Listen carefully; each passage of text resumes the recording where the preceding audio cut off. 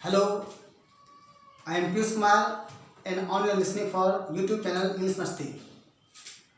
As people around the world are taking precaution to protect themselves, their families and their communities from the coronavirus disease.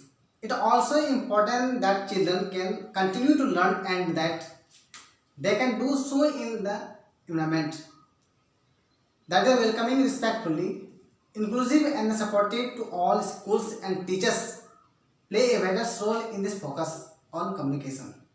Good health behaviors such as covering cough sneezing with elbow and washing hands.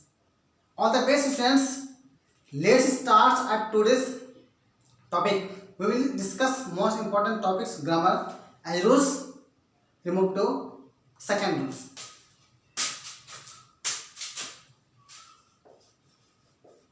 Removal to. दोस्तों कल हम बताए थे इसके बारे में, आज हम रिमूवल टू के सेकेंड नियम को बताना जा रहे हैं।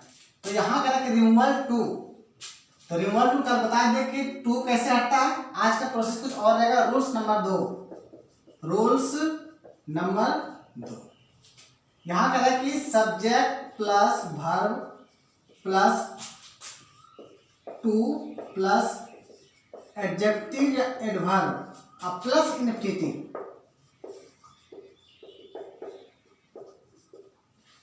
कल हम आप लोग को यहां तक पढ़ाए थे subject plus verb plus to plus adjective adverb. आज इन्फिनेटिव आ गया। कुछ स्टूडेंट पूछेंगे सर इन्फिनेटिव है क्या चीज।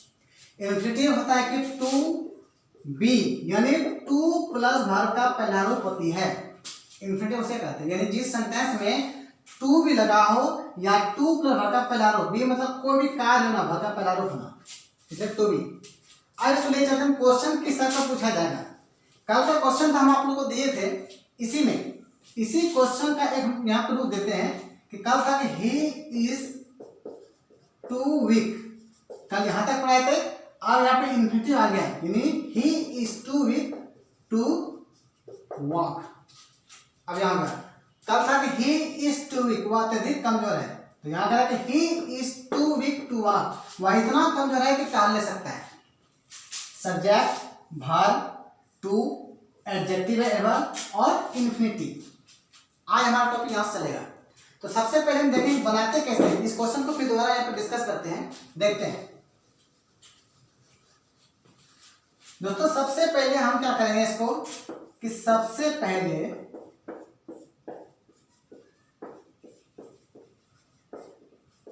सब्जेक्ट को लिखें,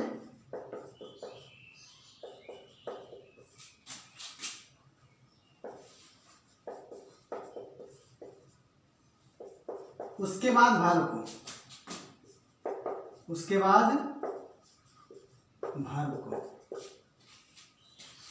सब्जेक्ट वर्ब हो गया, उसका टू, जहां टू की बात है टू को सो में बदल दें, टू को सो में बदल दें, टू को सो में बदल दें। अब है एडजेक्टिव की बात। सो के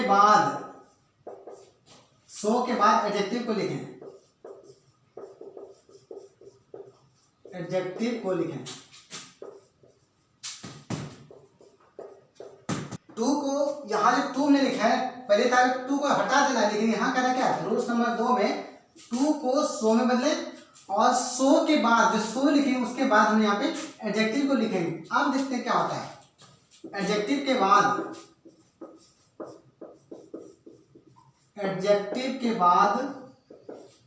दैट का प्रयोग करें, दैट का प्रयोग करें।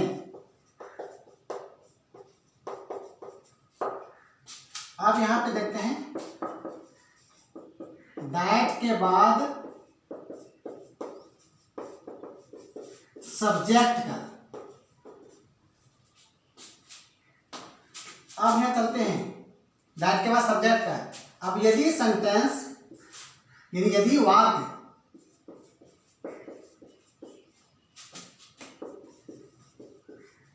प्रेजेंट में हो, कल हम बताए थे प्रेजेंट टेंस पास्ट टेंस में कैसे पकड़ा जाता है। यदि सेंटेंस प्रेजेंट में हो तो कैन नॉट का प्रयोग तथा पास्ट में हो तो कुड नॉट का प्रयोग।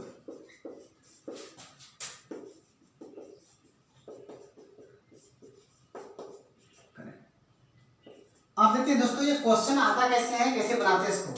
क्वेश्चन था आपका कि subject plus verb plus to plus adjective verb plus infinitive. तो he is too weak to walk तो कह रहे हैं इसमें कि he is too weak to walk, वह इतना कमजोर है कि टाल नहीं सकता है। तो यहाँ बनाने का नियम बताए थे रूल्स नंबर 2 में, रिमूवल 2 में, कि टू को कैसे हटाया जाता है। तो सबसे पहले सब्जेक्ट को लिखें, तो सब्जेक्ट मेरा ही है तो लिख दिए। उसके बाद वर्ब को, तो वर्ब मेरा इज है तो इज दे दिए यहाँ पे। आप दूसरा चैप्टर में दूसरा नियम आते हैं कि टू को सो में बदल दें, टू को सो में बदल दें, यानी हर स्टेप में किसी के सामने से लिखना है, एक एक करके करते जाएंगे, पूरा सेंटेंस आराम से बन जाएगा। तो एक अगर टू को सो में बदले, टू के सामने सो बदल दिए। सो के बाद एडजेक्टिव को लिखें, सो के बाद एडजेक्टिव हमारा जो दिया हुआ वीक उसको लिख दिए। अगर एडजेक्टिव के बाद इसके बाद दैट का प्रयोग करें तो दैट का प्रयोग कर दिए। दैट के बाद सब्जेक्ट का, दोस्तों इसमें देखेंगे कभी कभी कन्फर्मेशन में यह होना चाहिए कि सब्जेक्ट कुछ भी हो सकता है, ही रहेगा, राम रहेगा, सीता रहेगी, कुछ भी रह सकता है। तो यहाँ पे कह रहे हैं कि ही है तो यहाँ पे सब्जेक्ट को लिखेंगे ही। अगर राम रह जाए तो देखेंगे लड़का है कि लड़की। अगर राम संजोग बस राम हो जाए यहाँ पे राम, तो राम के बदले में कहाँ देंगे, ही देंगे। अगर सीता हो जाए तो सीता देखना कि नाम नहीं लिखाया था किसी का, तो सीता क्या है, पुरुष है कि स्त्री है, वैसे हिसाब से अगर यहाँ पे पुरुष रहेगा तो ही लिखेंगे, स्त्री रहेगी तो सी लेंगे। लेकिन अभी हमारा यहाँ पे क्या है, ही है तो ही दे देंगे। ठीक है, अब देखते हैं। दैट के बाद हमने सब्जेक्ट को लिख दिए। अब यदि सेंटेंस प्रेजेंट में हो, कल इस बारे में हम चर्चा किए थे, यदि सेंटेंस प्रेजेंट में, तो प्रेजेंट मतलब क्या जाए, इज हो तो प्रेजेंट में है, वाज है तो पास्ट में, तो इज मतलब हमारे यहाँ पे है। यहाँ करेंगे अगर प्रेजेंट में हो तो कैन नॉट का प्रयोग, यानी ही कैन नॉट हो जाएगा, कैन नॉट का प्रयोग करें, हो गया। अब इसमें जो बचा उसको लिख देंगे। जब कैन नॉट का प्रयोग आ गया तो टू नहीं आता है, टू हट जाता है यहाँ पे, इसलिए सेंटेंस यानी भर का पहला रूप टू यहाँ पे छूट जाता है, इसलिए वाक निकल जाता है। जो बचा है उसको लिख देंगे वाक। अब देखिए अब हुआ क्या इसका मतलब, देखिए ही इज सो वीक, वह इतना कमजोर है कि that he can not walk, वह टहल नहीं सकता है। अब इसी को अगर किसी नाम से दिया जाएगा तो नाम से देखो, Ram is too weak to walk, to walk. अब करके राम, सबसे पहले सब्जेक्ट को लिखे, राम है यहाँ पे, राम इतना कमजोर है कि टहल नहीं सकता है, तो सबसे पहले सब्जेक्ट राम, सब्जेक्ट लिख दिए। उसके बाद वर्ब को, वर्ब मेरा इज है तो इज दे दिए। अब अगर टू को सो में बदल दें, टू को सो में बदल दें, यानी एक के बाद एक एक करके सामने लिखते जाएंगे। उसके बाद सो के बाद एडजेक्टिव को लिखें, एडजेक्टिव हमारा वीक है तो वीक दे देंगे यहाँ पे। उसके बाद एडजेक्टिव के बाद दैट का प्रयोग करें, एडजेक्टिव के बाद दैट का प्रयोग करें, दैट लिख दिए। उसके बाद कह रहे हैं कि दैट के बाद सब्जेक्ट का, अब देखिए यहाँ पे फंस जाएंगे कि सर आपने ही था तो यहाँ ही लिख दिए, यहाँ तो राम है तो राम होना चाहिए, नहीं। अगर किसी व्यक्ति का नाम आ जाए यहाँ पे तो उसके बदले में लिखा जाता है। तो राम है तो लड़का है या लड़की है, इस तरह सोचेंगे। पुरुष है कि स्त्री है, तो लड़का क्या है यानी राम है, तो यहाँ पे क्या है, पुरुष है, किसी मतलब क्या जाएगा, राम के बदले में ही। यहाँ नाम नहीं आता है किसी का, नाम के बदले ही। अब यहाँ आएगा सब्जेक्ट, यानी दैट के बाद सब्जेक्ट को लिखा, लिख दिए। यदि सेंटेंस प्रेजेंट में हो, यानी यहाँ पे इज है, प्रेजेंट में है, प्रेजेंट में है तो कैन नॉट का प्रयोग, तो कैन नॉट का प्रयोग, कैन नॉट। अब क्या है यहाँ पे, वॉक, वॉक।